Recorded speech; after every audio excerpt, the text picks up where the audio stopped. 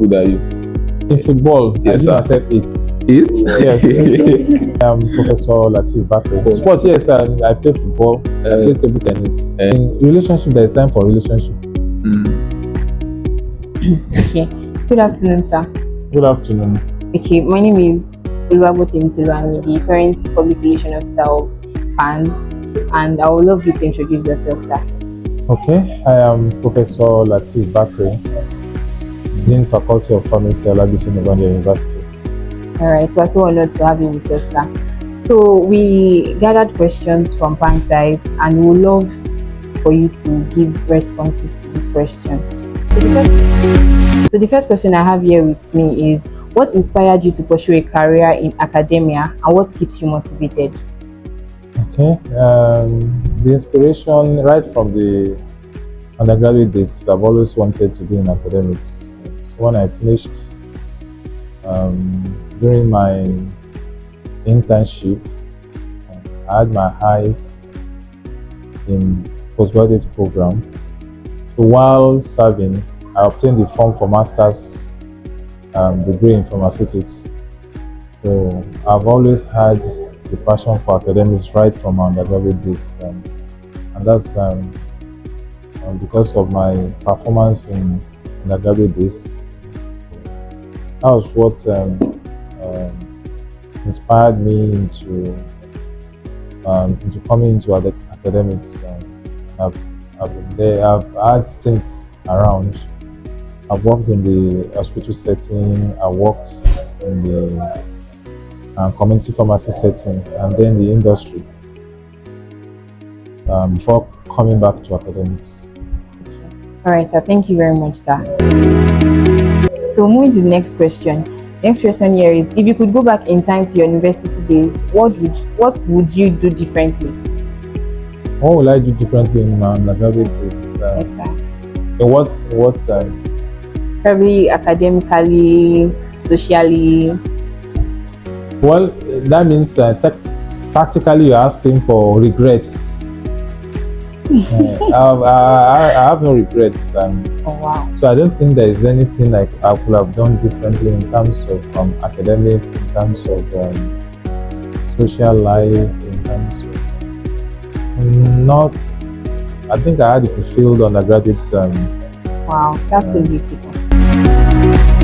The next question is, what's one piece of advice would you give every pharmacy student before they graduate? Okay. All pharmacy students, one, should face their studies and study very well. Pharmacy is a professional course that requires diligence and consistency. So all pharmacy students should be up and doing when it comes to academics, right from the first week of resumption till the last week of resumption. Then as we are moving up the ladder, getting to 400 level, 500 level, you should have a vision for yourself as a pharmacy student. By the time you get to 400 level, you should know where you are going when you graduate. You should not be the type that when after graduating you move around hospital, academics, and then you now move around. You should have a vision for yourself by the time you are getting close to graduation. As a pharmacy student, you must be up and doing, and then you must be diligent in your studies. Okay, diligence. Thank you very much, sir. So the next question is, what career path do you think pharmacy students should start exploring beyond the traditional hospital community pharmacy roles? As we have been taught in 200 level, we have different career opportunities open to you as a pharmacy student. As a pharmacist when you graduate. Yeah. You can either be in the community setting. If you don't like community, you can carve a career for yourself in the hospital pharmacy. You can decide to work in the administrative pharmacy. That's when you work with PCN, NDLEA, and the rest regulatory bodies. You can even come into academia, and then you can decide to go to the industry, depending on your passion and your interest, which you should start developing right from the pharmacy school. So by the time you graduate, you now know where to to go to. Okay, thank you very much, sir. The next question is, how do you see the role of pharmacists evolving in Nigeria's healthcare system? As a pharmacist, we have a lot of role to play in the healthcare system today. Things are moving towards personalized medicine and pharmaceutical care. We are a respected member of the healthcare team. When it comes to drug, we are expected to be the professional. We are expected to know everything about drugs. So we are the experts on drugs. So and you are supposed to play that role as an expert on drugs. So people should come to you to ask about drugs. That's your field. That's your expertise. So as a pharmacist, you have a great role to play in the healthcare team. And then there's a shift now from just counting drugs, 2 tablets 3 times daily, to patient counseling, pharmaceutical care, and even personalized medicine. So we should evolve. Pharmacy has evolved from the role of just counting tablets and giving to your patient to the actual pharmaceutical care. You should be involved in the patient, with the patients. If you are working in the hospital, on the hospital ward, you should be more involved in treating the patient as a pharmacist. All right, sir. Thank you very much, sir.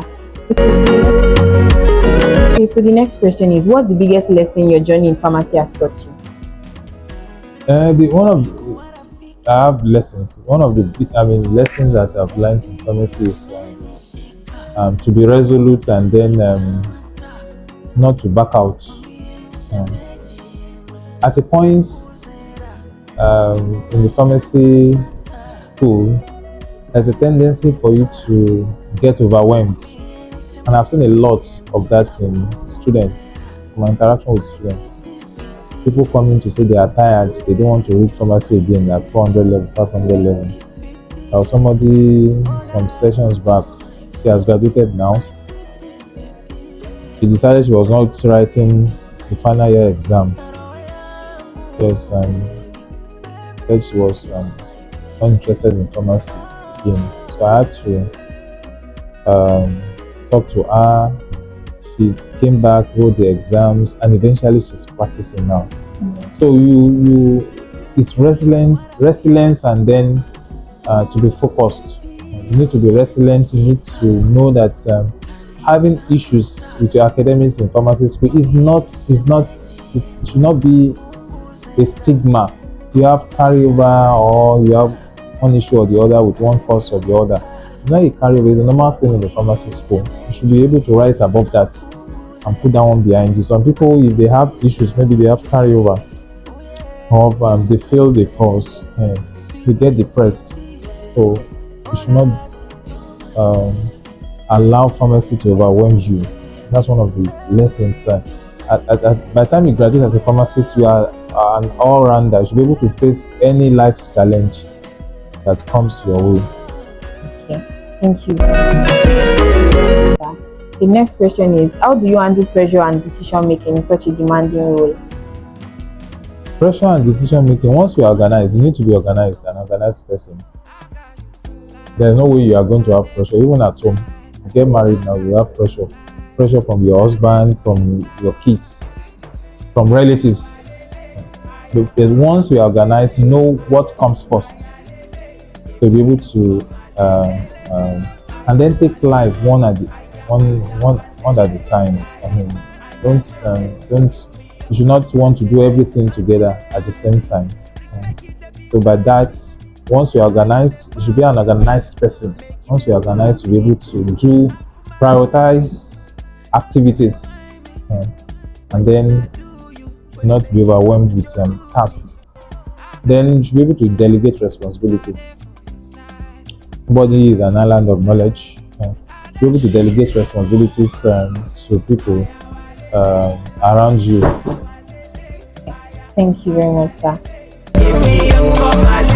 The next question I have here is, what values will you encourage pharmacy students to hold on to throughout their careers? Integrity. integrity. You must have integrity. You must have honor. Uh, as men of honor, Join us. join hands. You must have honor. You must have integrity. Integrity is very, very important in life. People should know you for being a straightforward person. You should not want to cut corners because we do it live. So you must have integrity. People should be able to trust you. You must be trustworthy. All right, sir. Thank you very much. Last question I have here is: are there plans to reduce the workload per semester to help students balance academic and personal well-being? I know you asked that question. You want to reduce. You want to reduce workload. Yes, sir. So, with the present curriculum, initially you are using. I mean, the curriculum for pharmacy was BMAX. Yes, sir. Now we are using CCMAS. CCMAS has come to reduce the workload. It has broken down some bulk courses into 2 or 3 so that you have little to read. Let me give you an example. In pharmacognosy, in BMAX, we have PCG 202, which is organized and unorganized. Is it food drugs? Yes, sir. Okay. But now under CCMAS, you have organized drug as a course that you take in a semester. You have unorganized food drugs as another course you take it in another semester. So now you have little to read and then you'll be able to pass. So, I mean, the people involved in designing pharmacy curriculum have taken that into consideration to reduce the workload for students. But you need to, there is a minimum knowledge that you need to have for you to be given that BPharm certificate. So there's no way we can reduce that minimum benchmark knowledge that you need to possess as a pharmacist. In the pharmacy school before you graduate. So that one cannot be reduced. You can just find a way around making it easy for students to read and then pass by reducing the workload. The example I cited in reducing a bulk course to 2 or 3 courses so that make life easy for the students. Okay, all right. Thank you very much. There's still one more question actually. So the newly admitted students have been asking if they are actually studying BPharm or DPharm. So I wanted to ask if you have a response to that, sir. It's whatever is on their Total. what they applied for. Okay. That's the admission that they applied it. Let them check when they were applying, when they were filling JAM form, they applied for a course. So whatever course they applied for is what they are going to be given admission for. Thank you very much. Like you said, during your university days, you were engaged in some social activities. I just wanted to ask that during any period of time, did you have to give up like some things that you genuinely enjoyed due to, let's say, pharmacy school stress or how things were going on during that period? That one, there's no way you will not do that. You have to do, because pharmacy school has a time limit. Once you graduate, there are some things you don't bother yourself about again. When you read after graduation, you are not reading for exam, you are reading for leisure. So why don't you face that 5-year program period and pass? Once you graduate now, you are free. That's what I tell the advice I give students. So sometimes you may need to give up some things now. You can pick up those things later. Even during internship, you can pick it. During service, you are free. But now, this is the period to read. That does not mean that you are not going to have a extracurricular activity. That it should not affect, your academics should not affect, your extracurricular activity should not affect your academics. So you should be a balanced personality. Not too much to the right and not too much to the left. You should be in the middle. Just to know our Dino, so what form of extracurricular activities were you engaged in? Okay. I told you I was PANS. I participated in PANS activities. I participated in some other society development. What do you call it? um, societal development activities, social activities. Sports, no sports. Sports, yes, I play football, I play table tennis. Yes. Sir, rate yourself on a scale of 1 to 10. How good are you? In football, Yes, I sir. give myself 8. 8? Yes. That was then, no. No problem. Table tennis, I can still play table tennis. I still play table tennis. Okay. I give myself 7. So, sir, if you say we host a football match for the lecturers versus the students, so we'll be looking forward to you playing in that match. No problem, mate. I can't play the full match. Okay, no problem, sir. Sir, what wing did you play? Sorry. What wing did you play? Wing? I play all wings. I strike 9. Okay, sir. 9-7. Okay, no problem. But that was a long time ago. So I think I'm match rusty now. Yes, yes. Okay, sir. Final question, and I think this is something some students want to know about, sir. Okay. It's on a matter of, let's say, relationship. Okay. As a student, and how, so what's your own overview on how you look at it as a student in university studying pharmacy? Relationship? What do you mean by relationship? So like a boy and a girl, boyfriend, girlfriend. There's time for everything. There's time for everything. It's part of being organized. Everything has time. Your generation is a different generation completely. Gen Z, have you? Yes. And you have to be very careful so that you not burn your hands. Yes. So there's time for everything. So you should not jump guns. So what do you mean by jump guns? Jump guns. Take the wrong leg first.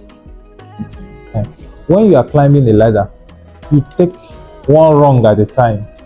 If you want to jump a rung to the other, what happens? You fall. So there is time for everything. There is time. Relationship. There is time for relationship. Okay. So You'll be tired. You have. There is time for everything. So when you are ripe for that, you go for it. When you are not ripe, take your studies and then graduate. Thank you very much, sir. So, do you have any other thing to say to pan sites in general? Pan sites. I was a pan site also in school. So I just want to encourage you. It's one of the extracurricular activities. Extracurricular activities in the pharmacy school. Pharmacy school is not about reading and reading and reading and reading. And you need to relieve stress also. So one of the ways of relieving stress is to take part in PANS activity, but it should not affect your primary duty on campus. You are first a student before any other thing. Once you lose your studentship, then you can't be a PANS site. So the first thing is face your academics, welfare of your members. It's not about collecting PANS due alone. Collect PANS due and then take care of the welfare of the members. That one is very, very important. If you see somebody that is bereaved, for example, to rally around such an individual is your member. At that point, at that period, he or she needs companionship. When the person is, when your member is happy, also you should identify that person is doing marriage, for example. Wear fine clothes and go and eat rice.